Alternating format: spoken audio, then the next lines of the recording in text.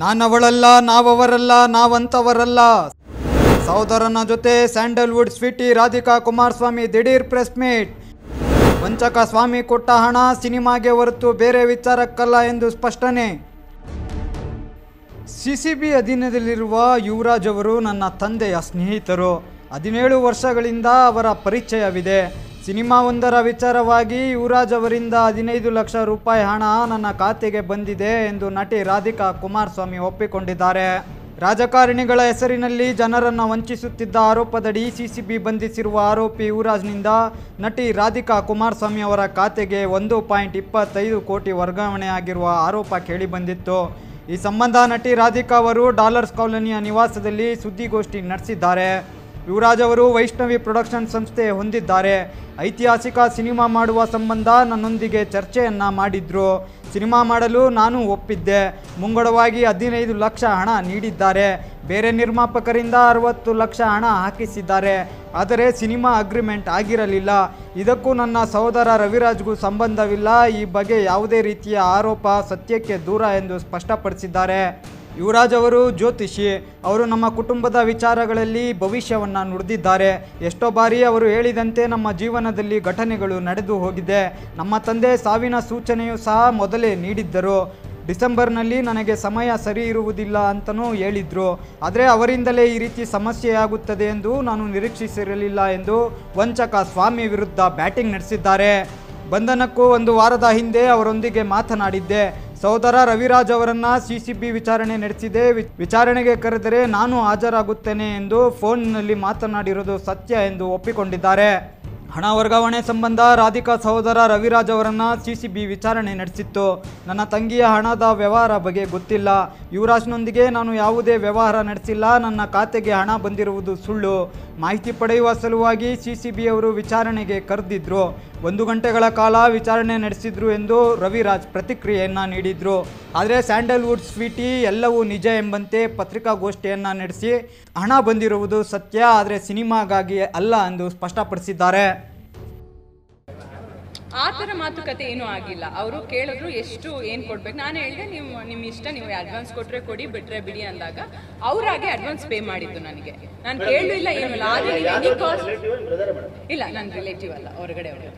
Madam, ಇನ್ನೊಂದು CCB investigation ಅಲ್ಲಿ ಅವರು ಸ್ವಾಮಿಗೆ ಕೆಲಸ ಆಗಬೇಕು ಅಂದ್ರೆ ಕೆಲವು ಟೆಂಡರ್ ಫೈಲ್ಗಳು ಎಲ್ಲ ನಿಮ್ಗೆ ತಂದು ಕೊಟ್ಟು ನಿಮ್ಮ ಮುಖಾಂತರ ಕೆಲಸ ಮಾಡಿಸ್ತಿದ್ರು. ಚಾನ್ಸೇ ಇಲ್ಲ. ಆ ಥರ ಒಂದು ಕಾನ್ವರ್ಸೇಷನ್ ಅವ್ರ ಹತ್ರ ಇದ್ರೆ ತಗೋಳಿ. ಒಬ್ಬರಿಗೆ ದ್ರೋಹ ಆಗುವಂತ ಇಲ್ಲ. ನೀವು ರೆಕಾರ್ಡಿಂಗ್ ಇದ್ರೆ ತೆಗ್ಸಿ. ಆ ಥರ ನಾನು ಎಲ್ಲೂ ಮಾತಾಡಿಲ್ಲ. ಇನ್ನೊಬ್ಬರ ಬಗ್ಗೆ ಮೋಸ ಮಾಡೋದಾಗ್ಲಿ, ವಂಚನೆ ಮಾಡೋದಾಗ್ಲಿ ಇಂಥ ವಿಷಯದಲ್ಲಿ ನಾನಿಲ್ಲ. ಅಲ್ಲ, ರಿಲೇಟಿವ್ ಅಲ್ಲ, ಅವರು ಜೊತೆಲಿ ಸಿನಿಮಾದಲ್ಲಿ ಅವ್ರ ಜೊತೆಲಿ ಇದ್ರು. ಬಟ್ ಅವ್ರದ್ದು ವಿಚಾರ ಏನು ಅಂತ ನಿಮ್ಗೆ ಏನಾದ್ರು ಅವ್ರದ್ದು ಡೀಟೇಲ್ಸ್ ಬೇಕಿದ್ರೆ ನೀವು ಅವ್ರ ಹತ್ರನೇ ಮಾತಾಡ್ಕೊಳ್ಳಿ. ಸುಮಾರು ಅವರು ಕೂಡ ಒಂದು 18-19 ವರ್ಷದಿಂದ ಪರಿಚಯ.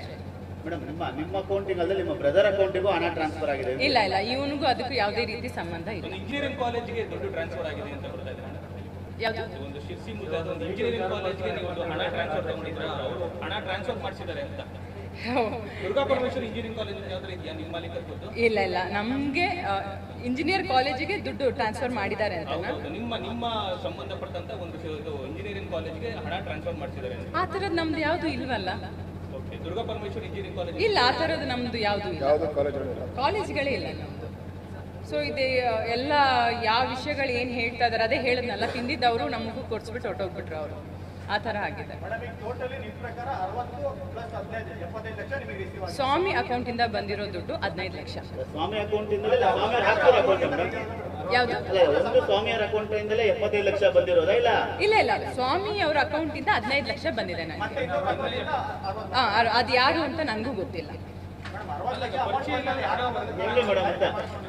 ಇಲ್ಲ, ನನಗೆ ಹೇಳಿದೆ. ನಾನು ಅದಕ್ಕೆ ಹೇಳಿದ್ರು, ನನ್ನ ಭಾವನೆ, ನನ್ನ ಸ್ವಂತ ರಿಲೇಟಿವ್ಸ್. ನೀವು ಇಷ್ಟೆಲ್ಲ ಪ್ರಶ್ನೆ ಯಾಕೆ ಹೇಳ್ತೀರಾ? ನಿಮ್ಗೆ ವೈಟಲ್ ತಾನೇ ದುಡ್ಡು ಬಂದಿದೆ, ನಿಮ್ಮ ಟೆನ್ಷನ್ ಯಾಕೆ? ನಾನು ನಿಮ್ಗೆ ಅಗ್ರಿಮೆಂಟ್ ಎಲ್ಲ ಮಾಡಿಸ್ಕೊಡ್ತೀನಿ ಅಂದಾಗ ಒಂದು ಬಾಯಿ ಮಾತಲ್ಲಿ ನಾವು ಯಾರನ್ನೂ ನಂಬಿಡ್ತೀವಿ. ಇವಾಗ ಸಿನಿಮಾ ಇನ್ಕಮ್ ಟ್ಯಾಕ್ಸ್ ಡಿಪಾರ್ಟ್ಮೆಂಟ್ ಬಂದಂತ ಹಣ ಲೆಕ್ಕ ತೋರಿಸಬೇಕಲ್ವಾ? ತೋರಿಸ್ತೀವಲ್ಲ, ಇನ್ನೂ ಟೈಮ್ ಇದೆಲ್ಲ.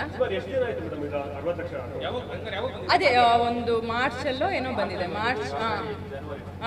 ಅಂದ್ರೆ ಈ ಕೊರೋನಾ ಬಂತು, ಎಲ್ಲ ಪ್ರಾಬ್ಲಮ್ಸ್ ಆಯ್ತು. ನಾವು ಮಂಗಳೂರಲ್ಲಿದ್ವಿ. ಯಾಕಂದ್ರೆ ಈ ಕೊರೋನಾಗೆಲ್ಲ ನಮಗೂ ಫ್ಯಾಮಿಲಿ ಸ್ವಲ್ಪ ಭಯ ಇತ್ತು. ಸೊ ಇವಾಗ ಈ ವಿಷಯ ಆಗಿರೋದ್ರಿಂದ ನಮಗೂ ಟೆನ್ಷನ್ ಆಯಿತು. ಓಕೆ ಸರಿ, ಇದಕ್ಕೆ ನಾವು ಉತ್ತರ ಕೊಡದೆ ಹೋದ್ರೆ ಮತ್ತೆ ನಾವೇ ಕಳ್ಳರಾಗ್ಬಿಡ್ತೀವಲ್ಲ. ಸೊ ಅದಕ್ಕೋಸ್ಕರ ನಾನು ಸರಿ ಆಯಿತು ಎಲ್ಲ ಬನ್ನಿ ಏನಿದೆ ಇದನ್ನ ಕ್ಲಿಯರ್ ಮಾಡ್ಕೊಳ್ಳೋಣ ಅಂತ. ಇಲ್ಲ ಇಲ್ಲ ಇಲ್ಲ ಇಲ್ಲ ಆ ಥರದ್ದೆಲ್ಲ ಏನು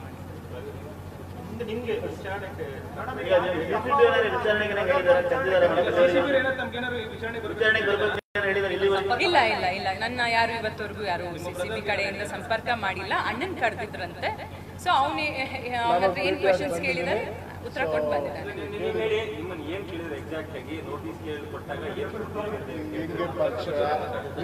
ನಿಮ್ಗೆ ಹೆಂಗೆ ಪರಿಚಯ, ಯಾವ ರೀತಿ ನಿಮ್ಗೆ ಸಂಬಂಧ ಅಂತ ಕೇಳಿದ್ರು. ಸೊ ಆಸ್ ಇಟ್ ಈಸ್ ಇವಾಗ ಏನಂತ ಹೇಳಿದ್ರು ಅದನ್ನ ಹೇಳ್ಬಿಟ್ಟು ಬಂದಿದ್ದೀವಿ.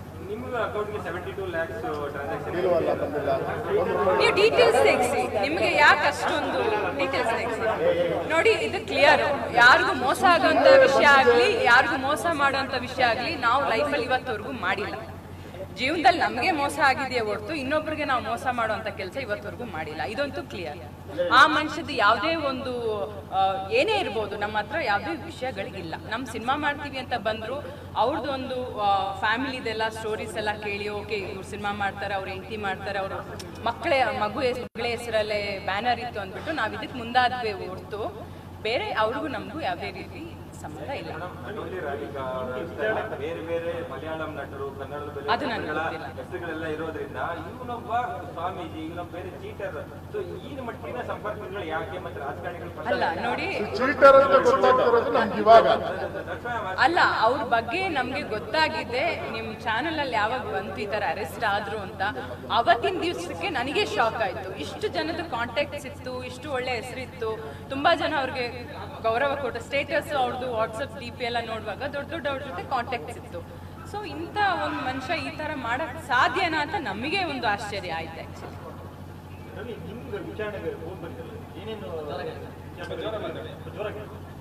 ಕರೆದ್ರು, ಕೇಳಿದ್ರು ಹೇಗೆ, ಯಾವ ರೀತಿ ಸಂಬಂಧ, ಯಾವ ರೀತಿ ನಿಮ್ಮ ರಿಲೇಷನ್ಶಿಪ್ ಅಂತೇಳಿ ಅಂತ. ಸೊ ನಾನು ಹೇಳಿದೆ ನಮ್ಮ ಮನೆಗೆ ಅಸ್ಟ್ರಾಲಜಿಯಾಗಿ ಬರ್ತಾ ಇದ್ದು ನಮ್ಮ ತಂದೆ ಸ್ನೇಹಿತರು ಅಂತೇಳಿ. ಸೊ ಈ ರೀತಿ ಮಾತಾಡ್ಕೊಂಡು ಬಂದಿದ್ದೀನಿ ಅಷ್ಟೇ, ಅದು ಬಿಟ್ಟರೆ ಇನ್ನೇನಿಲ್ಲ.